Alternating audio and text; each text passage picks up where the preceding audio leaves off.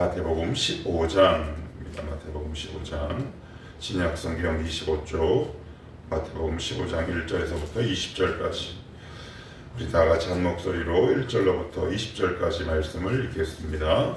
그때 바리새인과 서기관들이 예루살렘으로부터 예수께 나와 이르되 당신의 제자들이 어찌하여 장로들의 전통을 범하나이까? 떡 먹을 때 손을 씻지 아니하나이다. 대답하여 이르시되 너희는 어찌하여 너희의 전통으로 하나님의 계명을 범하느냐? 하나님이 이르셨을 때 내 부모를 공경하라 하시고 또 아버지나 어머니를 비방하는 자는 반드시 죽임을 당하리라 하셨거늘 너희는 이르되 누구든지 아버지에게나 어머니에게 말하기를 내가 드려 유익하게 할 것이 하나님께 드림이 되었다고 하기만 하면 그 부모를 공경할 것이 없다 하여 너희의 전통으로 하나님의 말씀을 대하는도다. 외식하는 자들아, 이사야가 너희에 관하여 잘 예언하였도다. 일렀으되 이 백성이 입술로는 나를 공경하되 마음은 내게서 멀도다. 사람의 계명으로 교훈을 삼아 가르치니 나를 헛되이 경배하는도다 하였느니라 하시고 무리를 불러 이르시되 듣고 깨달으라. 입으로 들어가는 것이 사람을 더럽게 하는 것이 아니라 입에서 나오는 그것이 사람을 더럽게 하는 것이니라. 이에 제자들이 나와 이르되 바리새인들이 이 말씀을 듣고 걸림이 된 줄 아시나이까? 예수께서 대답하여 이르시되 심은 것마다 내 하늘 아버지께서 심으시지 않은 것은 뽑힐 것이니 그냥 두라. 그들은 맹인이 되어 맹인을 인도하는 자로다. 만일 맹인이 맹인을 인도하면 둘이 다 구덩이에 빠지리라 하시니 베드로가 대답하여 이르되 이 비유를 우리에게 설명하여 주옵소서. 예수께서 이르시되 너희도 아직까지 깨달음이 없느냐? 입으로 들어가는 모든 것은 배로 들어가서 뒤로 내버려지는 줄 알지 못하느냐? 입에서 나오는 것들은 마음에서 나오나니 이것이야말로 사람을 더럽게 하느니라. 마음에서 나오는 것은 악한 생각과 살인과 간음과 음란과 도둑질과 거짓 증언과 비방이니 이런 것들이 사람을 더럽게 하는 것이요 씻지 않은 손으로 먹는 것은 사람을 더럽게 하지 못하느니라. 아멘. 오늘은 안식일 논쟁에 이어서 손 씻기 논쟁이 벌어지고 있습니다. 안식일에 병자를 고치신 그 주님의 그 사역을 두고 바리새인과 서기관들이 아주 날카롭고 맹렬하게 주님께 논쟁을 벌기 시작하는데 거기서 완벽하게 KO를 당합니다. 이제 두 번째 또 다른 논쟁인데 장로들의 전통에 기인한 손을 씻는 정결 예식에 관해서 주님과 논쟁이 벌어지는 내용입니다. 자, 우리 1절로부터 보시면 1절 아주 중요한 단어가 나옵니다. 그때 토테라고 했습니다. 성경에서 그때라는 말은 앞에 있는 상황과 연결지어서 상황을 설명할 때 나오는 단어다. 그래서 이런 단어를 그냥 흘리지 마시고 그때가 언젠가 라고 의문을 가지셔야 합니다. 그때는 언제냐? 오병이어의 기적 그리고 게네사렛 지방에서 병자들을 치유하신 거예요. 한번 그 그림을 머리에 그려봅시다. 오병이어를 그 기적을 경험하고 어땠을까요? 분위기가. 치유받은 병자들은 마음이 어땠을까요? 은혜가 충만했겠죠. 감사했겠죠. 하늘의 은혜가 정말 이 땅에 충만히 넘치는 바로 그때 사단의 공격이 들어갔다라는 것을 지금 강조하기 위해 마태는 그때라는 이 부사를 문장의 맨 앞에 탁 하고 넣은 겁니다. 왜 우리도 많이 경험하잖아요. 은혜가 점점 올라갈 때, 성도가 자라갈 때, 은혜 가운데 내가 머물 때 사단은 우리를 끊임없이 그 지점에서 끌고 나오려고 하죠. 이거 다 왜 이래? 은혜 받았는데 왜 이래?가 아니라 언제? 그때가 언제다? 오병이어와 게네사렛 지방에서 병자들을 치유하는 은혜가 넘칠 바로 그 시점에. 자, 그리고 나서는 이렇게 얘기합니다. 바리새인과 서기관들이 어디서부터 나왔냐 하면 예루살렘으로부터 이렇게 나옵니다. 이건 그냥 쓴 게 아닙니다. 예루살렘은 어딜까요? 유대교의 본산지입니다. 유대교의 본산지.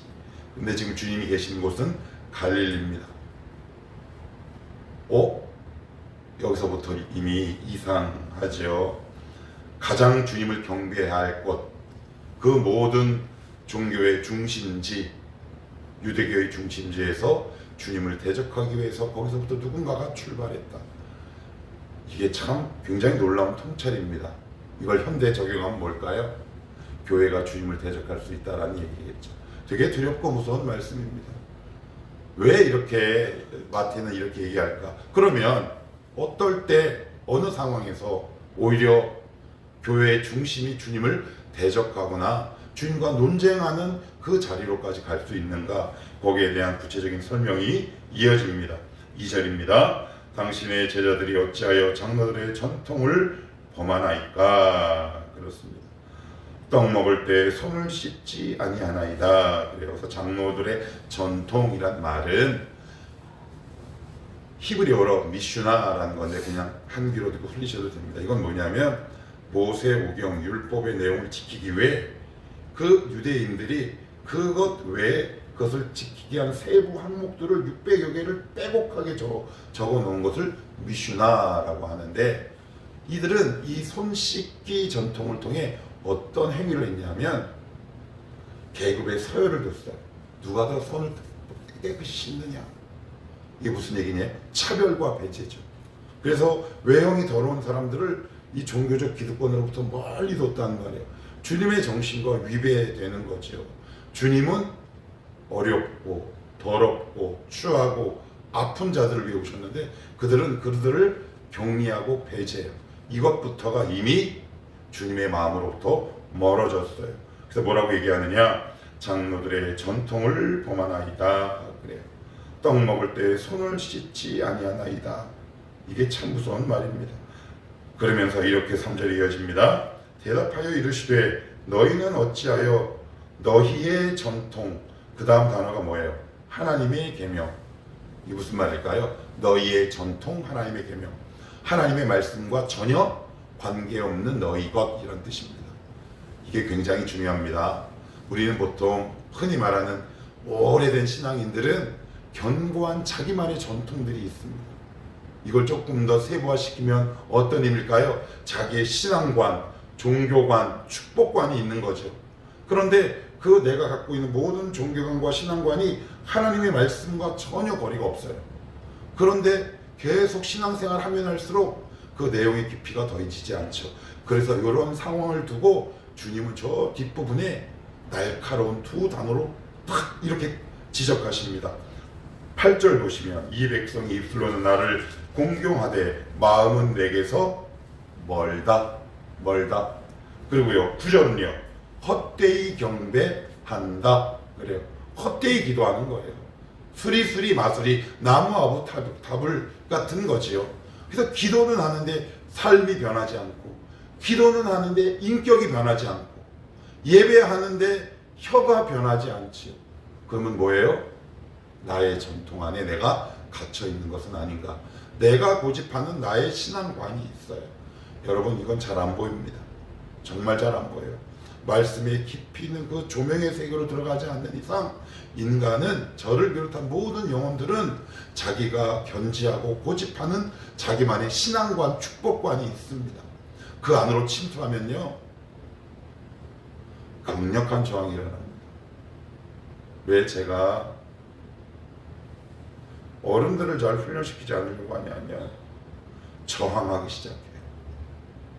한 번은 이런 경험이 있습니다. 권사님들을 데리고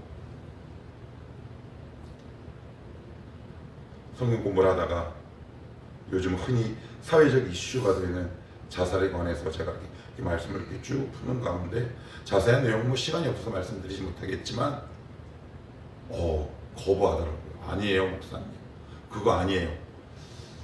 그래서 내가 신학을 7년을 공부하고 성경을 읽어도 더 많이 읽고 더 많이 그래도 공부한 사람인데, 그래서 제가 거기서 딱 적었어요. 오케이, 알겠습니다. 주님의 마음도 이러지 않을까 싶습니다. 우리의 신앙관은 뭘까요? 여러분이 갖고 계신 축복관은 뭔가요? 우리가 갖고 있는 기도관, 예배관은 뭔가요? 그러나 오늘 여기 성경은 굉장히 무서운 말씀으로 얘기한다. 너희의 전통, 하나님의 계명. 다르다는 거예요.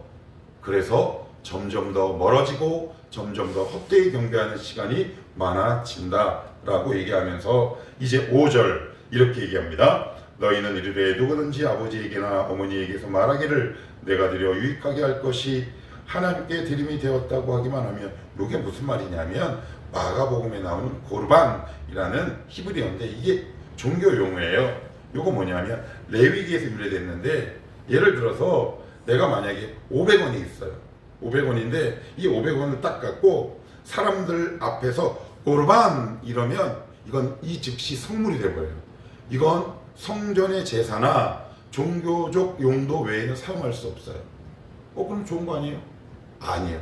바리새인과 서기관들은 그렇게 딱 선언을 하고 그 돈은 종교적 용도로 써야 될 거 아니에요.